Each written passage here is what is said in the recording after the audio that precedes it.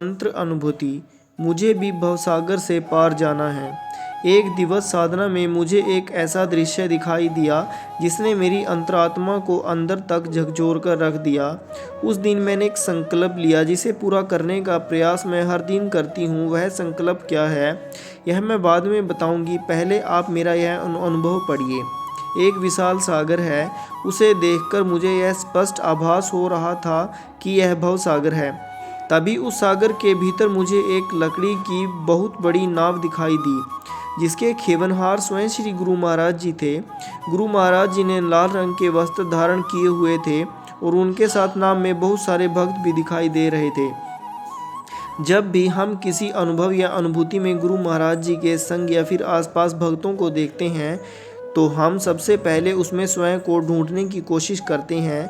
यही कोशिश मैंने भी इस अनुभव में की, पर मैंने स्वयं को नाव पर नहीं, बाहर तट पर खड़े पाया।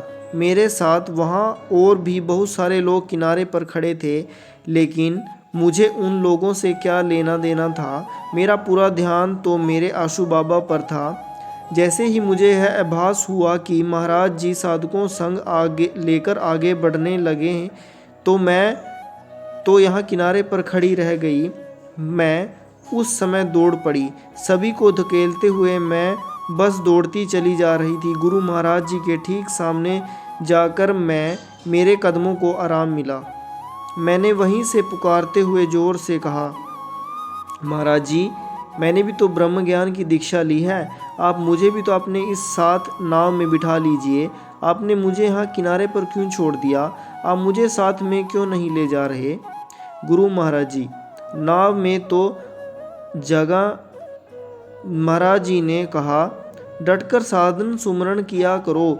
जो साधन नित निरंतर साधना सुमिरन से जुड़े रहेंगे, केवल वे ही इस नाम में चढ़ पाएंगे। उन्हें ही नवयुग में प्रवेश करने का अवसर मिलेगा। तुम्हें पहले प्रयास करना होगा, तब भी प्रसाद मिलेगा। इस दृश्य को देखकर मैं जैसे ही साधना से उठी, मेरी अंतरात्मा ने यह संकल्प लिया कि गुरु महाराज जी के संग उस नाम में जाना है। अब मैं भी डटकर साधना सुमिरन करूंगी। मुझे भी भवसागर से पार जाना है। सुशीला बिष्ट, द्वारका दिल्ली। जय महाराज जी की।